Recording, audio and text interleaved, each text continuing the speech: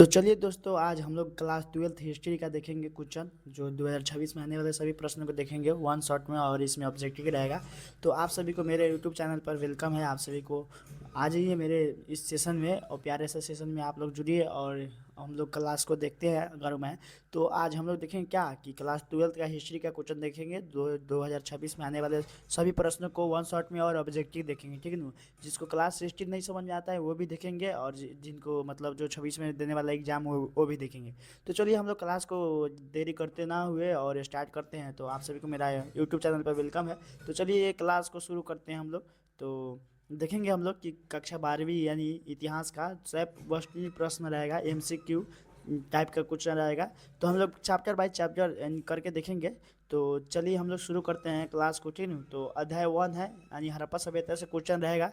तो पहले हड़प्पा सभ्यता से क्वेश्चन देखते हैं हम लोग। तो आप लोग बताइएगा कि एक नंबर क्वेश्चन है कि हड़प्पा सभ्यता किस नदी के किनारे विकसित हुई थी। तो बताइएगा एक नंबर का आंसर क्या हो जाएगा। तो बताइएगा कि गंगा, एक ए में, दो में यानी बी में रावी, या सी में सिंधु, और डी में नर्मदा। तो इसका क्या आंसर हो जाएगा, हड़प्पा सभ्यता किस नदी के किनारे विकसित हुई थी, तो बताएंगे हम लोग। तो इसका सही आंसर हो जाएगा, हम जानते हैं हम जानते हैं हम लोग सभी लोग कि इसका बी आंसर हो जाएगा, ठीक है ना। क्या हो जाएगा, बी आंसर होगा। तो हम लोग चलिए अगले क्या क्वेश्चन देखते हैं हम लोग, ठीक है ना। कि हड़प्पा सभ्यता की खोज किसने की थी। तो बताइएगा हड़प्पा सभ्यता की खोज किसने की। तो बताइएगा यानी हड़प्पा सभ्यता की खोज किसने की थी, दयाराम साहनी ने, या R.D. बनर्जी ने, या कनिंघम ने, या मार्शल ने। तो हड़प्पा सभ्यता की खोज किसने की थी, इसका सही आंसर हो जाएगा दयाराम साहनी ने, ठीक है। इसका आंसर क्या हो जाएगा, दयाराम साहनी ने। अगर पूछा गया कि दाखल दास यानी R.G. बनर्जी किसकी खोज की थी, तो मोहनजोदड़ो की, ठीक है। मोहनजोदड़ो की, ठीक है। ये भी याद रखना है हम सभी को, मोहनजोदड़ो की, ठीक है। तो ये सब याद रखना है। चलिए 3 नंबर हम लोग क्वेश्चन देखेंगे कि हड़प्पा सभ्यता का प्रमुख व्यवसाय क्या था। तो क्या था हड़प्पा सभ्यता के लोग क्या करते थे। एक में शिकार करते थे, दो में यानी बी में कृषि, सी में व्यापार, हस्तशिल्प, कुछ उद्योग करते थे। तो बताइएगा आप सभी कि हड़प्पा सभ्यता के प्रमुख व्यवसाय क्या था। तो हम लोग जानते हैं कि हड़प्पा सभ्यता के प्रमुख व्यवसाय क्या थे। तो कृषि वहाँ के लोग करते थे खासकर, तो इसका बी आंसर हो जाएगा। चलिए अगले का हम लोग देखते हैं 4 नंबर क्वेश्चन कि हड़प्पा सभ्यता का नगर नियोजन किस लिए प्रसिद्ध है। तो बताइएगा हड़प्पा सभ्यता का नगर नियोजन किस लिए प्रसिद्ध है। ए में हो जाएगा मंदिर के लिए, बी में महल के लिए, सी में जल निकास प्रणाली के लिए, किले के लिए। तो बताइएगा 4 का क्या आंसर होगा। तो हम लोग जानते हैं 4 का आंसर क्या हो जाएगा कि जल निकास प्रणाली के लिए प्रसिद्ध है, ठीक है। तो 4 का सी आंसर हो जाएगा। तो चलिए हम लोग अगले क्या देखते हैं आंसर, यानी 5 नंबर देखते हैं हम लोग कि इसका आंसर क्या होगा। तो 5 नंबर हम लोग देखेंगे कि हड़प्पा सभ्यता की लिपि कैसी थी। तो बताइएगा आप सभी हड़प्पा सभ्यता की लिपि कैसी थी, वरमाला थी, चित्रलिपि थी, या ब्राह्मणी लिपि थी, या देवनागरी लिपि थी।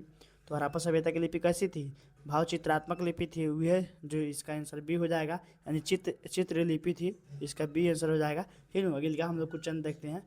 तो हम लोग अध्याय 2 में आ गए जो जिसका नाम है कि राजा किसान और नगर। तो इससे रिलेटेड हम लोग सभी क्वेश्चनों को देखेंगे।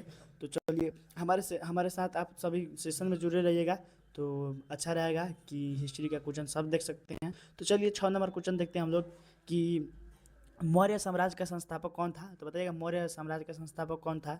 ए में है अशोक, बी में है बिंदुसार, सी में चंद्रगुप्त मौर्य, और समुद्रगुप्त। बताइए इसका आंसर क्या होगा। तो हम लोग जानते हैं मौर्य साम्राज्य के संस्थापक जानते हैं, चंद्रगुप्त मौर्य हो जाएगा, इसका सी आंसर हो जाएगा, ठीक है। इसका सी आंसर होगा। तो अगले का हम लोग क्वेश्चन देखेंगे 7 नंबर कि भूमि कर को क्या कहा जाता था। तो बताइएगा भूमि कर को क्या कहा जाता था, जजिया भाग, यानी जजिया भाग, या कथी खराज, या नजराना। बताइएगा 7 का आंसर क्या हो जाएगा। तो 7 का आंसर भाग यानी भाग हो जाएगा। 7 का आंसर क्या हो जाएगा, भाग हो जाएगा, यानी बी आंसर हो जाएगा, ठीक है ना। चलिए 8 नंबर हम लोग देखते हैं कि मौर्य काल में नगरों का प्रशासन कौन करता था। तो मौर्य काल में नगरों का प्रशासन कौन करता था, ग्राम प्रधान, महामात्र, या सेनापति, या पुरोहित।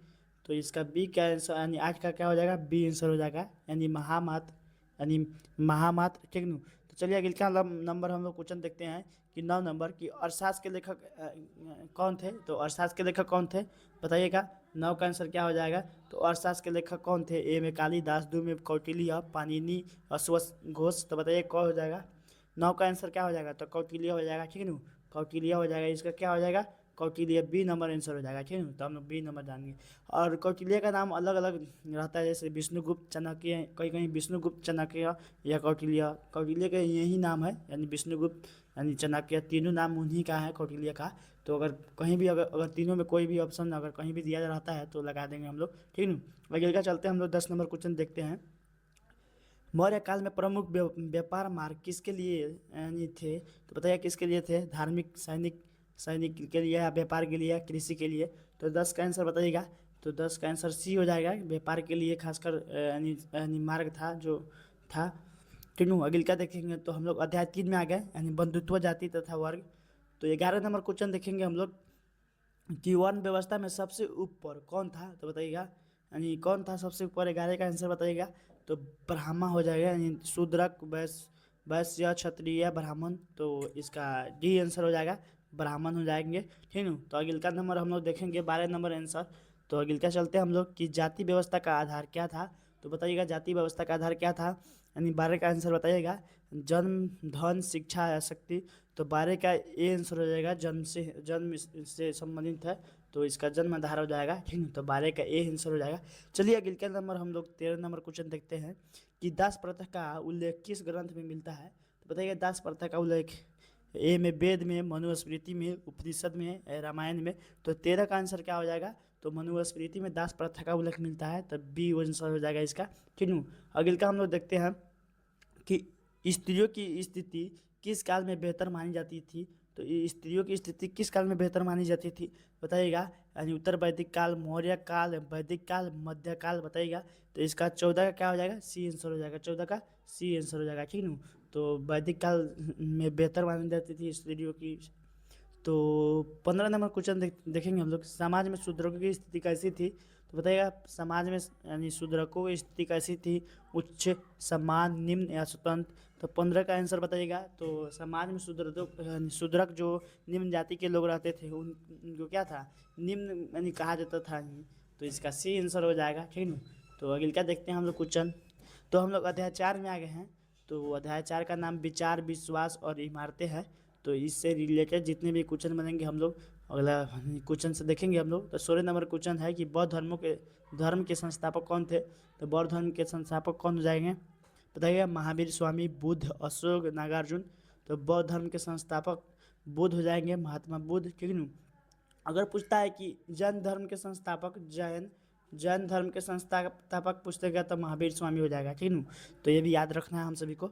अगले क्या देखते हैं हम लोग कि जैन स्तूप किस धर्म से संबंधित है, तो बताइएगा स्तूप किससे संबंधित है? जैन धर्म, बौद्ध धर्म, हिंदू या इस्लाम।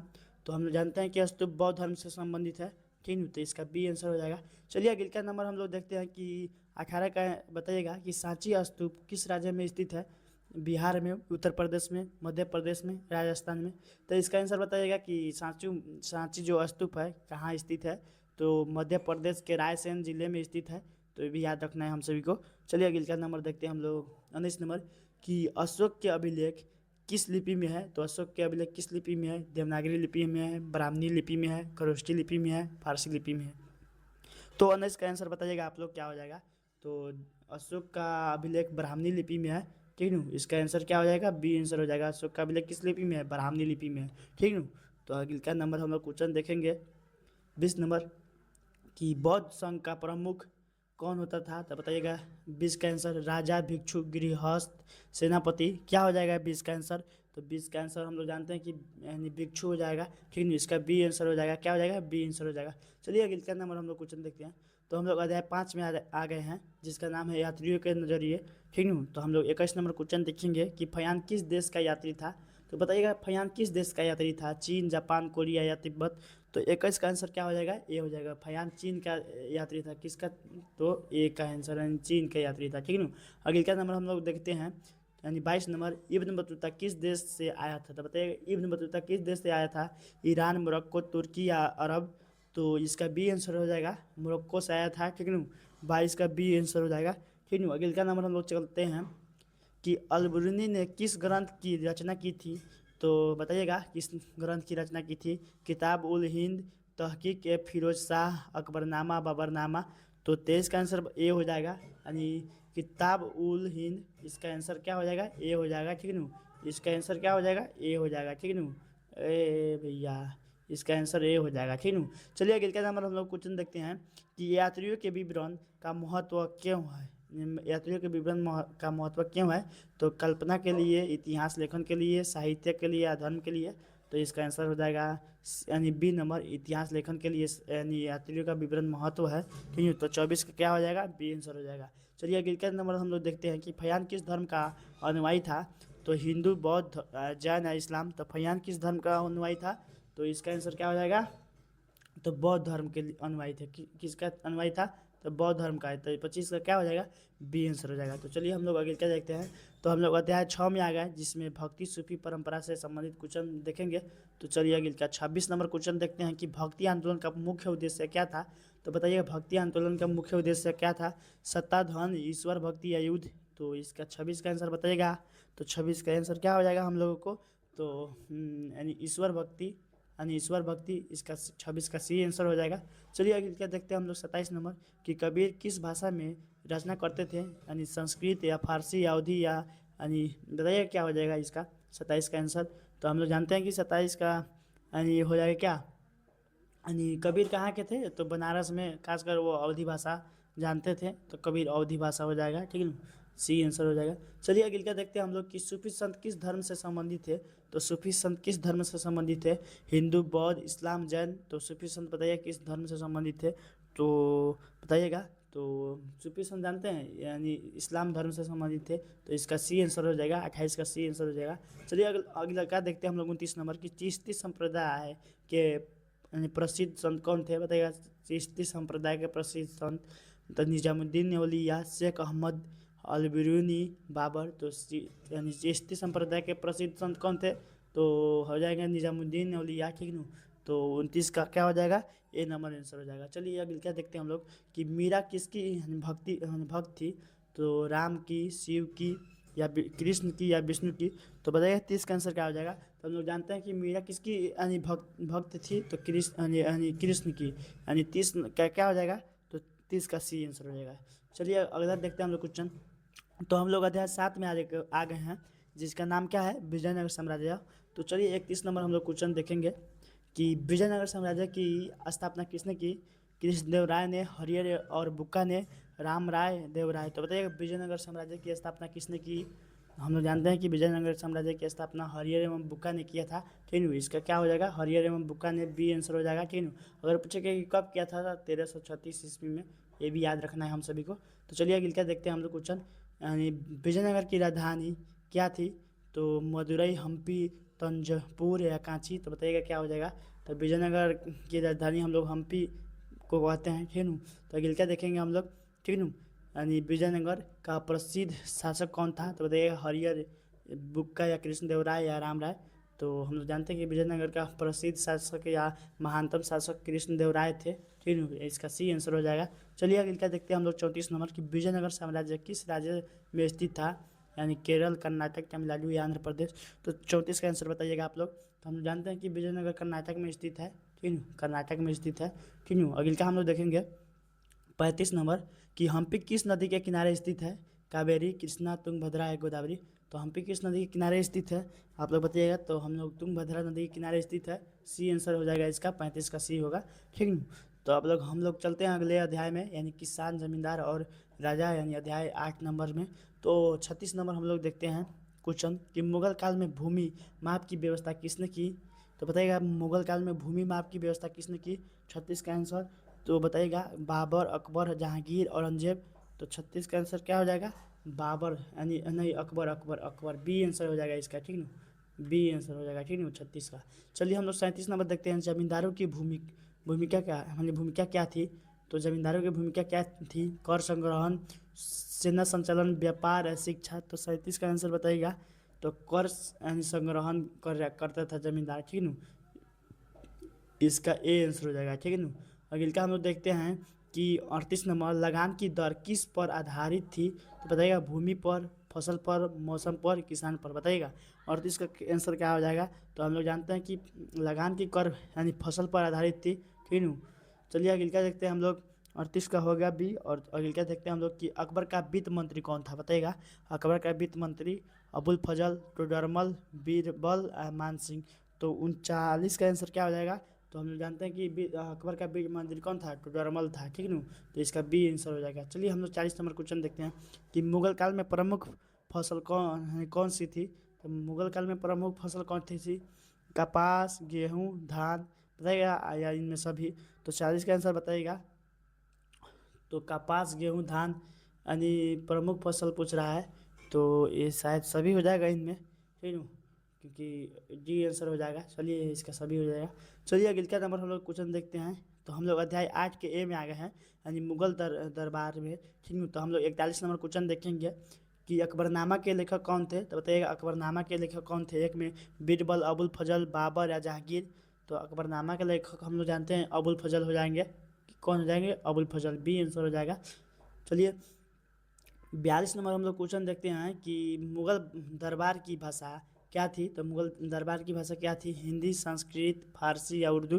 तो 42 का आंसर बताएंगे हम लोग। तो मुगल दरबार की भाषा फारसी थी, सी आंसर हो जाएगा। चलिए अगले का हम लोग देखते हैं कि झरोखा दर्शन किस से जुड़ा है, यानी झरोखा दर्शन किससे जुड़ा है, बाबर, अकबर, जहांगीर या शाहजहाँ से। तो 43 का आंसर हम लोग जानते हैं कि सी यानी जहांगीर से संबंधित है, यानी जहांगीर से संबंधित है। तो ये सी हो जाएगा। चलिए हम लोग 44 नंबर देखेंगे कि मुगल चित्रकला किस काल में फली फूली। तो बताइएगा अकबर के काल में या बाबर के काल में या औरंगजेब के काल में या हुमायूं के काल में। तो 44 का आंसर बताइएगा। तो अकबर के काल में जो चित्रकला थी वह फली फूली थी। तो बी आंसर हो जाएगा। 44 का क्या हो जाएगा, बी हो जाएगा। चलिए हम लोग देखते हैं अगले का नंबर क्वेश्चन 45 नंबर कि मुगल साम्राज्य स्वयं को क्या मानते थे, यानी ईश्वर, प्रतिनिधि, सेवक, साधारण, राजा। तो बताइएगा 45 का क्या आंसर हो जाएगा।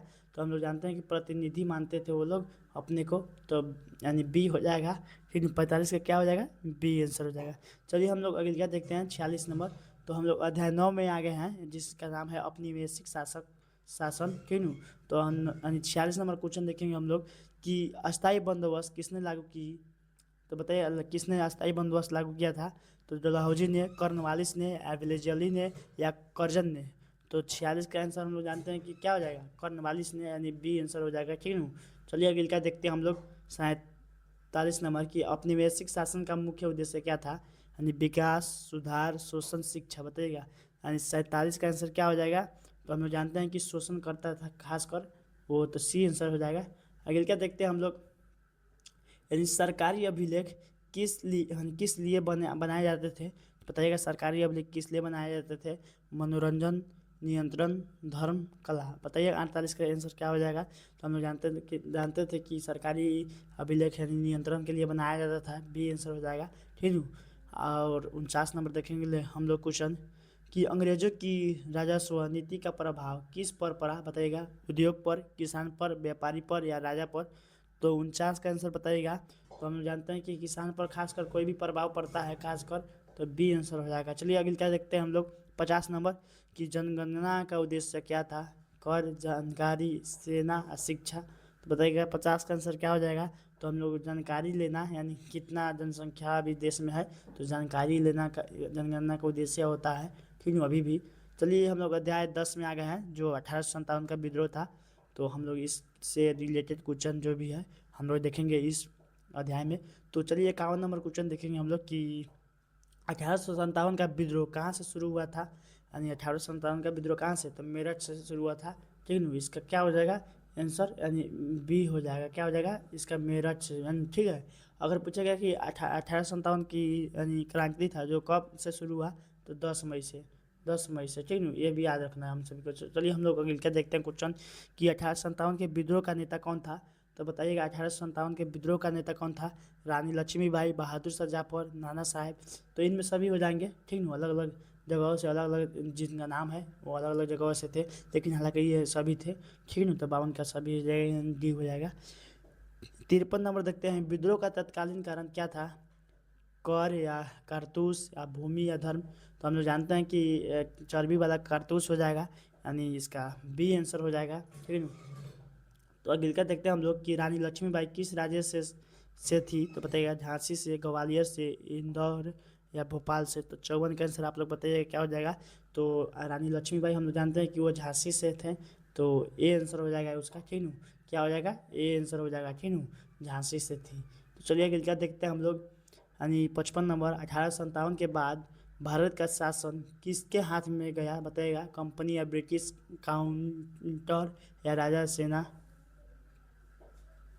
तो बताइएगा, यानी 55 का आंसर क्या हो जाएगा। तो 55 का आंसर हम लोग जानते हैं कि यानी ब्रिटिश काउंटर के यानी काउन के पास, यानी ब्रिटिश सरकार के पास गया था ये शासन, ठीक है ना। तो बी आंसर हो जाएगा। तो चलिए हम लोग अगले क्या देखते हैं। तो हम लोग अध्याय 10 के ए में आ गए हैं, जिसमें नगरीकरण है। तो हम लोग अगले क्या क्वेश्चन देखते हैं इसमें। 56 नंबर की औपनिवेशिक नगरों का विकास क्यों हुआ। तो बताइएगा, ए में प्रशासन, बी में व्यापार, सेना या सभी। तो 56 का आंसर बताइएगा। तो ए हो जाएगा प्रशासन, एक का मतलब 56 का आंसर ए हो जाएगा, ठीक है, प्रशासन। फिर अगले क्या देखते हैं हम लोग कि रेलवे का विस्तार किस लिए किया गया। तो जनता के लिए, प्रशासन के लिए, व्यापार के लिए या नियंत्रण के लिए।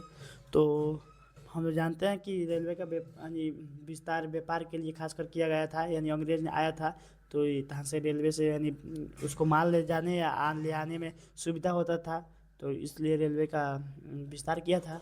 उसी समय से चलता आ रहा है रेलवे का शुरुआत। चलिए हम लोग अगले का क्वेश्चन देखते हैं कि नगर योजना में कौन सा वर्ग प्रमुख था, किसान, मजदूर, अंग्रेज या छात्र। तो नगर योजना में कौन सा वर्ग प्रमुख था बताइएगा। तो इसका आंसर क्या हो जाएगा, यानी अंग्रेज था नगर योजना में, ठीक है, प्रमुख अंग्रेज था, इसका सी आंसर हो जाएगा। चलिए अगले क्या देखते हैं हम लोग कि सिविल लाइन्स किसके लिए थी। तो किसके लिए थी बताइएगा, भारतीय, अंग्रेजी या व्यापारी या किसान के लिए। तो हम लोग जानते हैं कि यह अंग्रेजों के लिए सिविल लाइन्स खासकर था, तो बी आंसर हो जाएगा इसका। चलिए अगले क्या देखते हैं हम लोग, 60 नंबर की नगरों में यानी स्वास्थ्य की समस्या क्यों थी। स्वास्थ्य की समस्या क्यों थी, भीड़, गंदगी, पानी या सभी। तो नगरों में स्वास्थ्य की समस्या क्यों थी। तो 60 का आंसर हम लोग जानते हैं कि इनमें सभी हो जाएगा। भीड़ ज़्यादा होते हैं नगरों में, गंदगी भी ज़्यादा होती है, पानी भी कचरी यानी गंदा गंदा रहता है। तो ये सभी क्या है, स्वास्थ्य की समस्या को मानी उत्पन्न करती है, जो यानी अस्वस्थ लोगों को कर देती है। तो 60 नंबर हम लोग क्वेश्चन देख लिए। तो चलिए हम लोग अध्याय 11 में आ गए, जिसमें महात्मा गांधी से संबंधित रिलेटेड क्वेश्चन होगा। तो हम लोग 61 नंबर देखेंगे कि गांधी जी भारत कब लौटे। बताइए गांधी जी भारत कब लौटे थे। तो 1915 ईस्वी में, इसका बी आंसर हो जाएगा, ठीक है, 1 जनवरी 1915 ईस्वी में, 1 जनवरी है नहीं। तो चलिए हम तारीख उतना आप लोग कंफर्म कीजिएगा। तो चलिए अगले क्या देखते हैं हम लोग कि 62 नंबर, असहयोग आंदोलन कब शुरू हुआ। यानी 1917 में, 1979 में, 1920 में, 1922 में। तो असहयोग आंदोलन जानते हैं हम लोग 20 में शुरू हुआ था, किस में, 1920 यानी किस में, 1920 ईस्वी में। इसका सी आंसर हो जाएगा, ठीक है, क्या हो जाएगा, सी आंसर हो जाएगा, ठीक है। तो ये याद रखना। हम लोग चलिए अगले क्या देखते हैं हम लोग कि दांडी मार्च किस वर्ष हुआ। तो दांडी मार्च बताइएगा, 37 में, 29 में, 30 में, 32 में। तो दांडी मार्च कब हुआ था। तो हम लोग जानते हैं कि 1930 ईस्वी में हुआ था दांडी मार्च, ठीक है, गांधी जी ने किए थे। चलिए 34 नंबर देखते हैं हम लोग, गांधी जी का प्रमुख हथियार क्या था, हिंसा, सत्याग्रह, आंदोलन या राजनीति। तो बताइए 34 का आंसर क्या हो जाएगा। तो 34 का आंसर हम लोग देते हैं, जानते हैं सत्याग्रह, ठीक है, उसका प्रमुख हथियार था क्या, सत्याग्रह करना, ठीक है। चलिए हम लोग 65 नंबर देखते हैं, ठीक है, कि भारत छोड़ो आंदोलन कब हुआ। तो बताइएगा 40 में भारत छोड़ो आया था, या 42 में, या 45 में, या 47 में। तो भारत छोड़ो हम लोग 42 में यानी आया था, तो इसका बी आंसर हो जाएगा, 65 क्या हो जाएगा, बी हो जाएगा। चलिए हम लोग अध्याय 11 के ए में आ गए, जिसमें विभाजन है। तो इससे क्वेश्चन देखते हैं हम लोग। 66 का आंसर क्या है बताइएगा कि भारत का विभाजन किस वर्ष हुआ था। 1945 में, 1946 में, 1947 में या 1948 में। तो भारत का विभाजन जानते हैं 1947 ईस्वी में हुआ था, यानी 66 का सी आंसर हो जाएगा, ठीक है, सी आंसर हो जाएगा। अगले का हम लोग क्वेश्चन देखते हैं कि विभाजन का मुख्य आधार क्या था, भाषा, धर्म, क्षेत्र, जाति। बताइएगा तो विभाजन का मुख्य आधार क्या था। तो धर्म था, यानी पाकिस्तान अपना क्या, यानी मुस्लिम अलग चाहता था और भारत हिंदू अलग चाहता। भारत नहीं चाहता था, हालांकि जो मुस्लिम था यानी पाकिस्तान लोग था, वो चाहता था कि हमारा पाकिस्तान या जो मुस्लिम जाति के लोग हैं वो अलग हो, इसलिए भारत का विभाजन हुआ, ठीक हुआ, और धर्म को लेकर विभाजन हुआ, ठीक है। तो हम लोग अगले क्या क्वेश्चन देखते हैं कि सबसे अधिक अहिंसा कहाँ हुआ, बांग्लादेश में, बिहार में, पंजाब में, यूपी में। तो बताइएगा सबसे अधिक अहिंसा कहाँ हुआ था, 68 का आंसर बताइएगा। तो ये पंजाब में सबसे अधिक अहिंसा हुआ था, सी आंसर हो जाएगा। अगले का हम लोग देखते हैं कि शरणार्थियों की समस्या क्यों हुई, तो युद्ध या पलायन या अकाल या कर की वजह से, तो बताइएगा। तो हम लोग जानते हैं कि पलायन की वजह से शरणार्थियों की अधिक मात्रा में समस्या झेलना पड़ा। 70 नंबर देखते हैं हम लोग कि विभाजन से कौन सा देश बना, नेपाल, बांग्लादेश, पाकिस्तान या श्रीलंका। तो हम लोग जानते हैं कि विभाजन जो हम लोगों से विभाजन कौन किया था, तो पाकिस्तान किया था, तो विभाजन से पाकिस्तान बनेगा, ठीक न।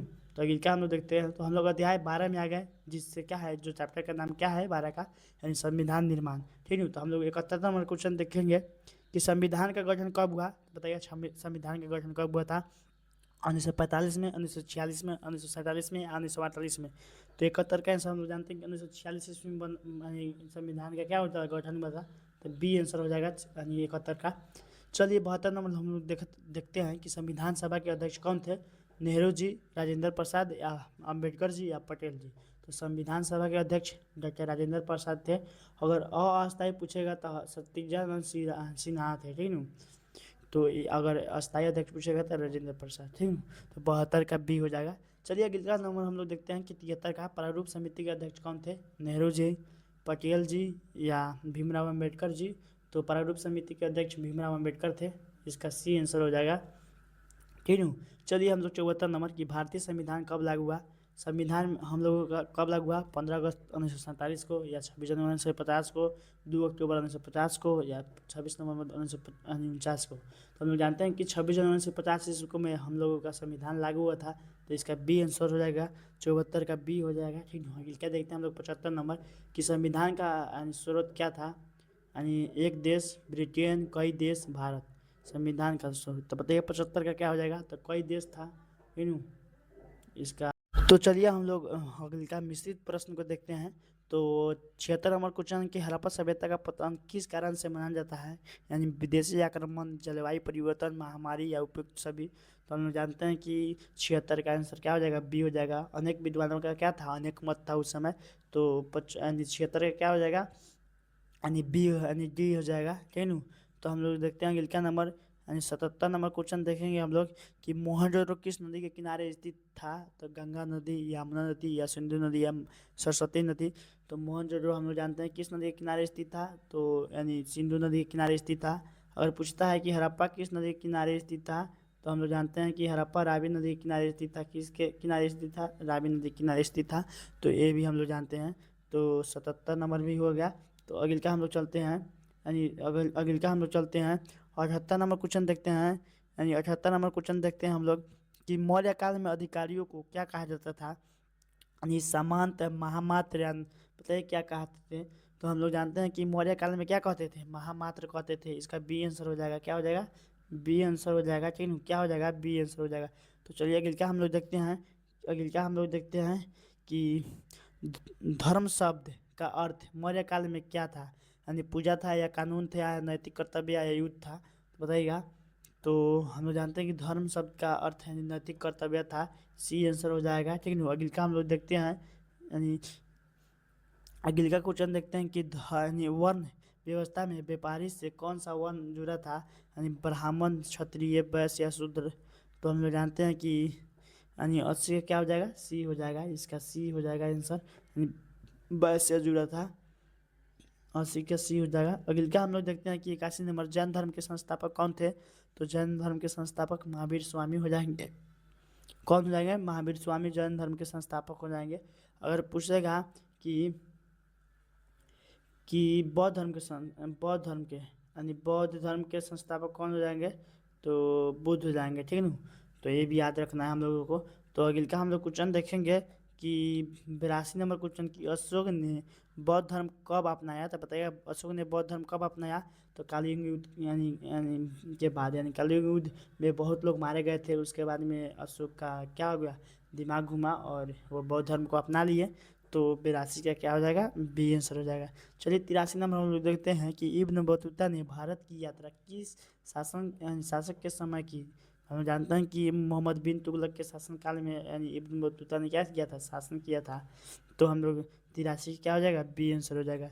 चलिए अगले का देखते हैं हम लोग 84 नंबर कि यात्रियों के विवरण क्यों महत्वपूर्ण है।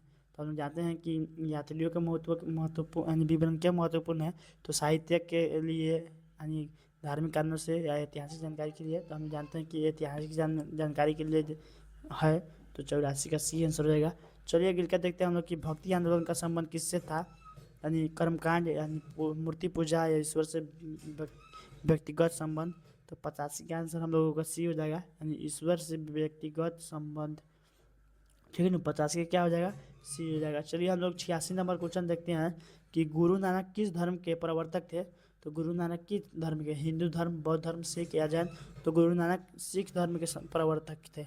86 का यानी सी हो जाएगा। ठीक है, तो इसका भी सी हो जाएगा 86 का, यानी गुरु नानक किस धर्म के प्रवर्तक थे, तो सिख का हो जाएगा। चलिए अगले का नंबर हम लोग देखते हैं कि सूफी संत की खानकाह क्या थी, यानी विद्यालय थी या मस्जिद थी या निवास और उपनिवेश स्थल या दरबार, तो बताइए क्या, यानी इसका क्या हो जाएगा, निवास और उपनिवेश स्थल था, इसका सी आंसर हो जाएगा। ठीक है ना, तो अगले का हम लोग क्वेश्चन देखेंगे। तो चलिए अगले का देखते हैं हम लोग, विजयनगर साम्राज्य का प्रमुख आधार क्या था, यानी व्यापार था, कृषि था, धर्म था या शिक्षा था, तो हम जानते हैं कि विजयनगर का प्रमुख यानी साम्राज्य का प्रमुख आधार क्या था, तो वहाँ का कृषि था। ठीक है, अगले का हम लोग देखेंगे। ठीक है, कृष्णदेव राय किस साम्राज्य के शासक थे, तो बताइएगा चोल, पल्लव या विजयनगर या चालुक्य, तो इसका क्या हो जाएगा, इसका सी आंसर हो जाएगा। कृष्णदेव विजयनगर का महानतम शासक था, तो इसका सी आंसर हो जाएगा। ठीक है, चलिए अगले का हम लोग देखते हैं कि मुगल काल में जागीरी क्या थी, तो मुगल काल में जागीरी क्या थी, कर थी या भूमि का अनुदान था या सेना था या पद था, तो हम लोग जानते हैं कि भूमि का अनुदान था यानी जागीरी, तो इसका क्या हो जाएगा, यानी बी हो जाएगा। यानी चलिए अगले का हम लोग क्वेश्चन देखते हैं। ठीक है ना, तो मनसबदारी व्यवस्था किसने शुरू की, तो बताइएगा बाबर ने, हुमायूं ने, अकबर ने, जहांगीर ने, तो अकबर ने मनसबदारी व्यवस्था यानी शुरू किया था, तो इसका यानी सी आंसर हो जाएगा। चलिए अगले का हम लोग देखते हैं कि मुगल दरबार में यानी इतिहास लेखन किस भाषा में होता था, तो हिंदी में, संस्कृत में, फारसी में या उर्दू में, तो हम लोग जानते हैं कि फारसी में उसका यानी मुगल काल में लिखा जाता था, तो इसका सी आंसर हो जाएगा। तो अगले का हम लोग क्वेश्चन देखते हैं टेनु कि औपनिवेशिक शासक भारत में सबसे सबसे अधिक सबसे अधिकार कर किसके लिए यानी लिया जाता था, तो बताइएगा व्यापारी के लिए, किसान के लिए, मजदूर के लिए, राजा के लिए, तो ये किसान के लिए लिया जाता था, इसका बी आंसर हो जाएगा। चलिए अगले का देखते हैं हम लोग कि ब्रिटिश शासन में अभिलेख क्यों बनाए जाते थे, यानी स्मृति के लिए, नियंत्रण और प्रशासन के लिए, शिक्षा के लिए या प्रचार के लिए, तो हम लोग जानते हैं कि इसका नियंत्रण और प्रशासन के लिए बनाया जाता था, तो बी आंसर हो जाएगा। चलिए 1857 के विद्रोह में बिहार से किसने नेतृत्व किया था, यानी नाना साहेब कुंवर सिंह, बताइएगा किसने नेतृत्व किया था, तो इसका वीर कुंवर सिंह हो जाएंगे। इन चलिए अगले क्या हम लोग देखते हैं कि 1857 के विद्रोह को अंग्रेजों ने क्या कहा, तो सिपाही विद्रोह या क्रांति या यानी क्या कहा, तो इसका क्या हो जाएगा, यानी सिपाही विद्रोह हो जाएगा। ठीक है, यानी इसका क्या हो जाएगा, सिपाही विद्रोह कहा था, अंग्रेजों ने क्या कहा था, तो सिपाही विद्रोह कहा था। ठीक है, क्या कहा था, तो सिपाही विद्रोह कहा था। ठीक है, अगले का नंबर हम लोग क्वेश्चन देखते हैं। ठीक है, तो चलिए हम लोग अगले का क्वेश्चन देखते हैं कि सविनय अवज्ञा आंदोलन किस वर्ष शुरू हुआ, तो बताइएगा सविनय अवज्ञा आंदोलन किस वर्ष, 1920 में, 1927 में, 1930 में, 1932 में, तो हम लोग जानते हैं कि सविनय अवज्ञा आंदोलन 1930 ईस्वी में लागू हुआ था। ठीक, तो अगले का नंबर हम लोग क्वेश्चन देखते हैं कि गांधी जी का सत्याग्रह किस सिद्धांत पर आधारित था, यानी अहिंसा पर, सहयोग पर, असहयोग पर या सत्य और अहिंसा पर या राजनीतिक पर, तो हम लोग जानते हैं कि गांधी जी का सत्याग्रह सत्य और अहिंसा पर यानी आधारित था। ठीक है, तो अगले का नंबर हम लोग क्वेश्चन देखते हैं कि संविधान सभा ने संविधान कब स्वीकार किया, तो बताइएगा स्वीकारा कब, तो हम लोग जानते हैं कि 26 नवंबर 1949 ईस्वी को स्वीकारा गया था। अगर पूछा गया कि लागू कब किया गया था, तो 26 जनवरी 1950 ईस्वी में लागू कब किया गया था, तो 26 जनवरी 1950 ईस्वी में लागू किया गया था। ठीक है, अगले क्या नंबर हम लोग कुछ देखते हैं कि भारतीय संविधान की प्रस्तावना किस आदर्श पर आधारित था, यानी राजशाही पर, समाजवाद पर या लोकतंत्र धर्मनिरपेक्ष पर, बताइएगा, तो इसका आंसर हो जाएगा सी, लोकतंत्र धर्मनिरपेक्ष पर। तो अगले का हम लोग क्वेश्चन देखते हैं तो अगिल का क्वेश्चन ख़त्म हो गया, तो ये आंसर इसका ख़त्म हो गया, तो ये आंसर की है। तो हम लोग चलिए आप सभी को बताइएगा कि आप सभी को कैसा क्लास लगा। तो मुझे आशा है, उम्मीद है कि आप सभी को अच्छा क्लास लगा होगा, क्योंकि मैं बहुत इस पर मेहनत किया हूँ। तो आप सभी को कैसा क्लास लगा कमेंट में बताइएगा। अगर कोई भी क्वेश्चन आपसे डाउट है, समझ नहीं आ रहा है, तो उसको कमेंट कीजिएगा। अगर कोई भी हिस्ट्री का चैप्टर नहीं समझ में आता है, उसको भी कमेंट कीजिएगा। अगर 2027 में जो भी बच्चे एग्ज़ाम देने वाले हैं, न्यू स्टूडेंट हैं, तो आप सभी से आग्रह है कि मेरा यूट्यूब चैनल को सब्सक्राइब कीजिए। और जो भी आप 2027 में एग्ज़ाम देने वाले हैं, तो अभी से तैयारी में लग जाइए। और हिस्ट्री का हर एक मानी चैप्टर का क्लास मैं अपलोड करता रहता हूँ, और बहुत सारी वीडियो अपलोड है, तो उसको देखिए और अपनी अच्छी तैयारी को कीजिए, ठीक है। और अपने तैयारी में लगे रहिए, और मेरे यूट्यूब चैनल से सब्सक्राइब कीजिए। और यहीं से वीडियो डेली अपलोड करते हैं, और प्रतिदिन आप लोग देखिए और उसको क्या करिए, सपोर्ट कीजिए मुझे भी। और आप सभी को मैं बताता रहूँगा कि क्या क्या करना है। तो इतना ही करके मैं आप सभी की भी